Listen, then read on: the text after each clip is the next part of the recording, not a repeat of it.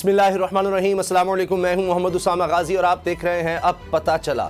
एक तरफ है अदम एतमाद का मामला और दूसरी तरफ पीपल्स पार्टी का लॉन्ग मार्च इस्लामाबाद की तरफ है रवां दवा, जिसे देखकर लगता है अपोजिशन जमातों ने हुकूमत के खिलाफ डबल एक्शन प्रोग्राम शुरू कर दिया है।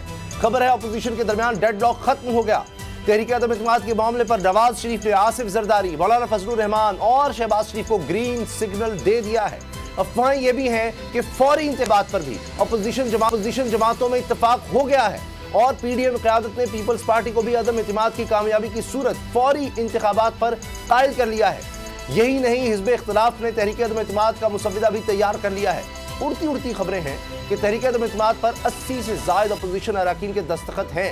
असम्बली का इजलास बुलाने की रिक्विजिशन भी तैयार पड़ी है, जो किसी भी वक्त जमा करवाई जा सकती है। तहरीक अदम एतमाद के मुजव्वज़ा मुसव्विदे में कहा गया है कि मुल्क में सियासी अदम इस्तेहकाम और गैर यकीनी सूरत हाल है। खारजा पॉलिसी मुकम्मल तौर पर नाकाम हो चुकी है और कायदे ऐवान इस ऐवान की अक्सरियत का एतमाद खो चुके हैं। इस सूरत हाल के तनाजुर में कायदे ऐवान के खिलाफ अदम एतमाद की तहरीक पेश की जाती है।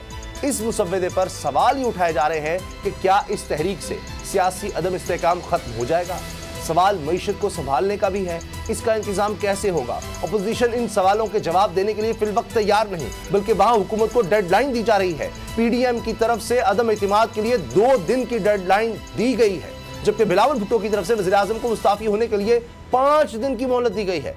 दूसरा, बिलावल का काफ लीग के हवाले से बड़ा बयान, जो कि बड़ा मानी खेस है कि काफ लीग मुफ्त में नहीं मानेगी, इसे बड़ी ऑफर करनी पड़ेगी।